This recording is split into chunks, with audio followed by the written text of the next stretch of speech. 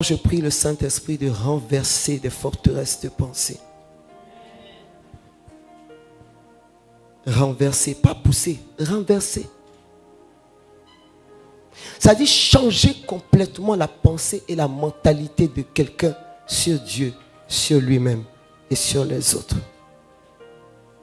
Ton problème n'a jamais été ton entourage, ton problème a toujours été toi-même.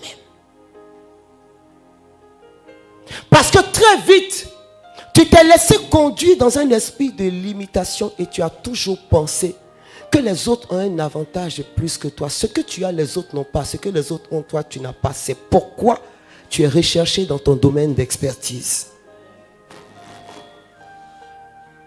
Saint Paul dit, nous renversons cette façon de penser des hommes et nous la rendons captive à la pensée de Dieu qui est la parole de Dieu. Toutes les fois où il y a la négation de qui tu es en Christ, il te faut renverser cette pensée et la rendre captive à la parole de Dieu.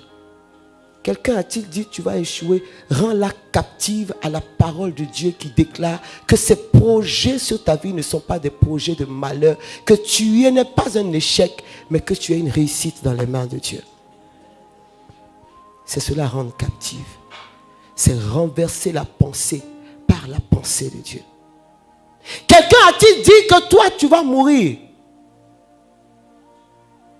Renverse cette pensée en la rendant captive par la parole de Dieu.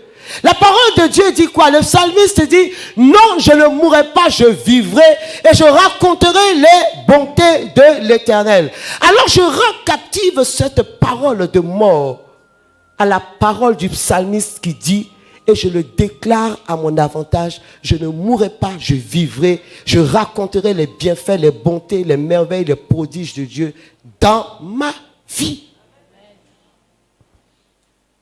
Quelqu'un a-t-il dit que toi tu ne te marieras pas? Rends-la captive à la parole de Dieu en Genèse chapitre 2. Il n'est pas bon, il n'est pas bon, il n'est pas bon pour l'homme d'être seul. Quelqu'un a-t-il dit, en parlant de toi, en disant que tu ne vas pas affronter, rends-la captive à la parole du prophète Isaïe. Le prophète Isaïe dit quoi? Il dit la stérile enfantera 7 fois. Et en Isaïe 66, il dit, est-ce que celui qui est l'auteur de la vie serait-il un obstacle à la vie?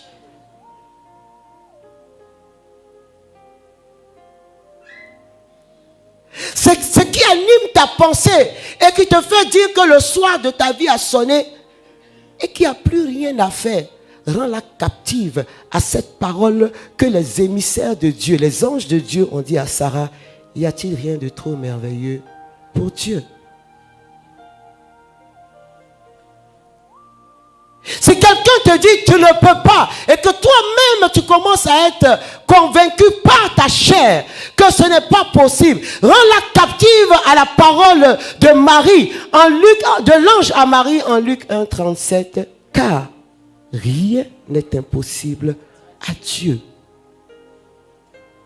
Alors tu élèves l'esprit de cette parole sur l'esprit de cette pensée qui veut te condamner, te limiter, te réduire et te maintenir dans une certaine servitude. Et nous sommes libres.